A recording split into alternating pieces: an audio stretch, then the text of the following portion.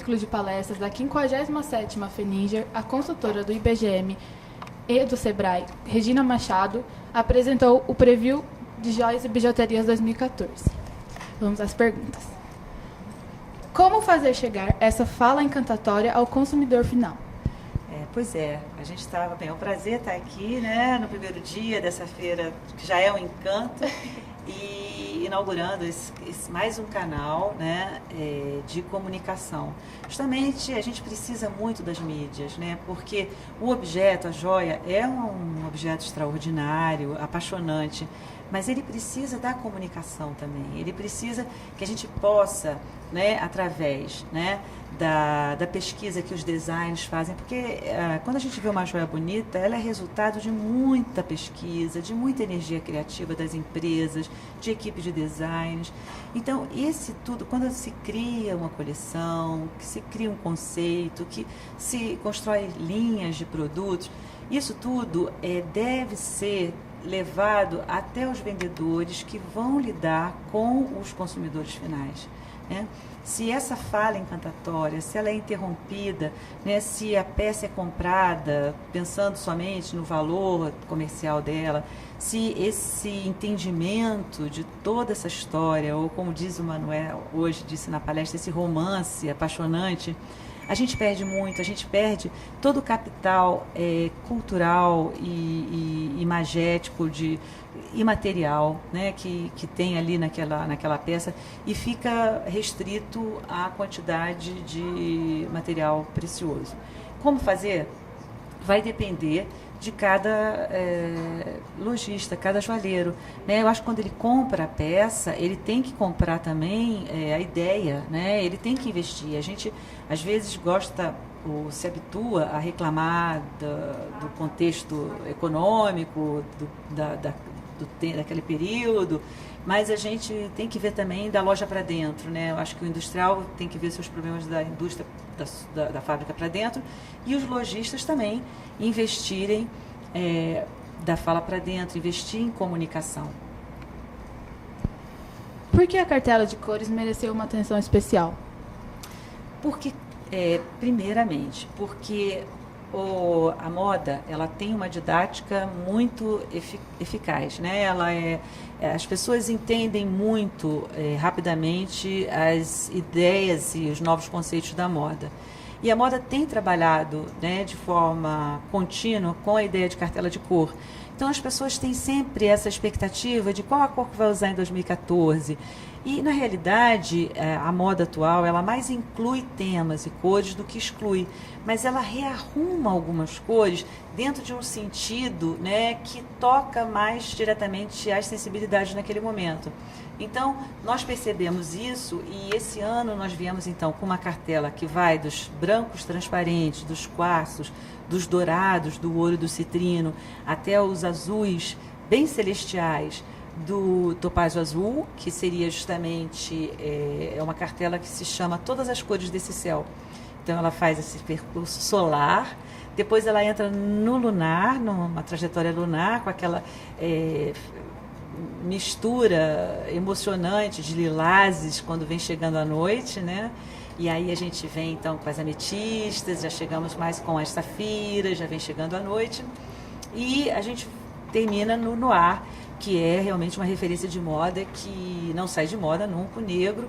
E esse clima no ar, ele é além do negro, ele tem um ambiente nostálgico e neopunk que funciona muito bem na moda, é cult, né?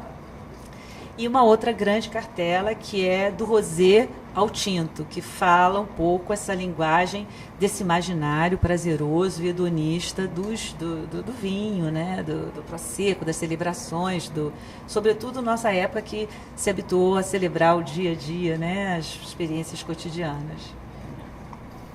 Como criar joias sem tornar o design antigo?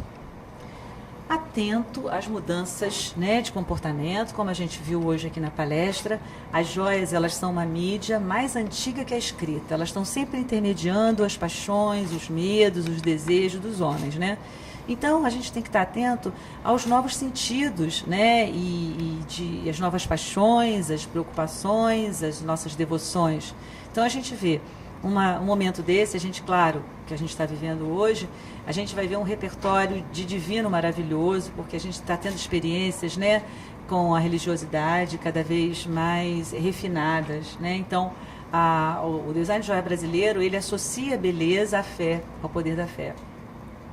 Então as pessoas não têm vergonha nenhuma de botar suas devoções, né, usar suas devoções nos materiais preciosos. E a gente vê também que a gente pode, a gente precisa entender que alguns materiais estão cada vez mais valorizados, como por exemplo o ouro.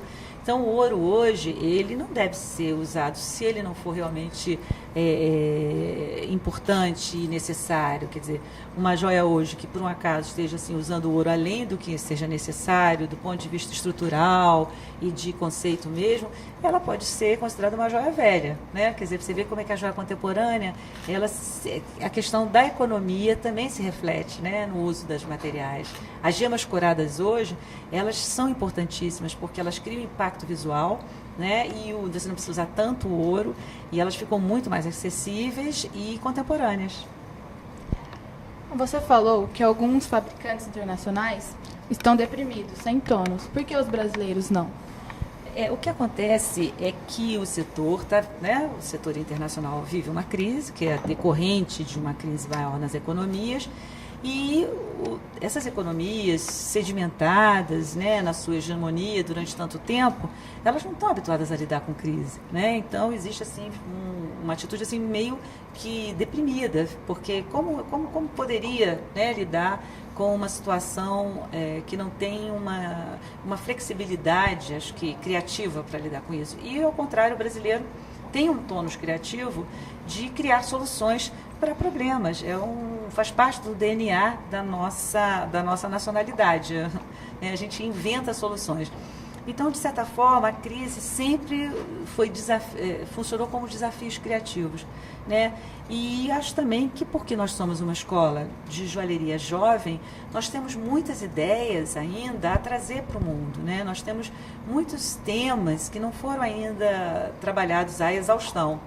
E ao contrário das indústrias mais antigas, do velho mundo, sobretudo, que, né, já produziram tantas escolas de joalheria e ficam um pouco destonificados, né, na contemporaneidade, porque parece que já experimentaram todas as suas ideias e a gente não.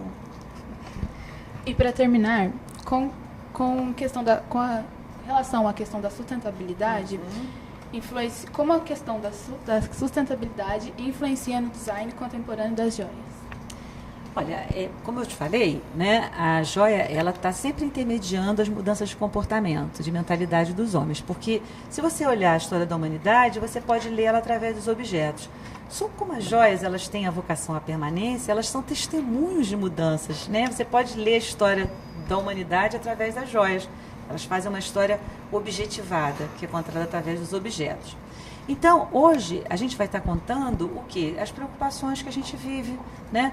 Sobretudo com relação à natureza. A gente está exercitando uma compreensão do valor do que é natural, né? Então, claro que justamente por causa disso, a joia, né, ela quando usa uma gema brasileira ou quando usa um metal, ela não está desperdiçando. A joia, uma oficina de ourivesaria, ela não tem desperdício nenhum, né? Nenhum material que foi tirado da natureza vai ser desperdiçado nesse processo, nem vai virar lixo, porque a joia nunca vira lixo, né? É o único luxo que não vira lixo. Então, a gente vai ver como que cada vez mais o design, né, em sintonia com com as novas mentalidades e tomadas de consciência, vai estar valorizando o uso do material natural, né, em toda a sua diversidade, e não só diamante, rubi e esmeralda, né, também todos os quartos e gemas incríveis, e também vai estar justamente dentro das empresas. Nós temos várias experiências de indústrias que estão com todas as preocupações com relação ao meio ambiente, tratando todo o seu material, entendeu? Tratando a água. No caso, a gente tem uma experiência da Ícaro lá no sul, em Guaporé, encantadora, onde foi feito todo um trabalho com relação aos resíduos. E a joalheria está, né, se adequando, né, às novas preocupações ambientais também. Muito obrigada, Regina. Um prazer, espero que essa seja a primeira de uma série, né? Que a gente Com possa certeza. se encontrar muitas vezes. Muito obrigada.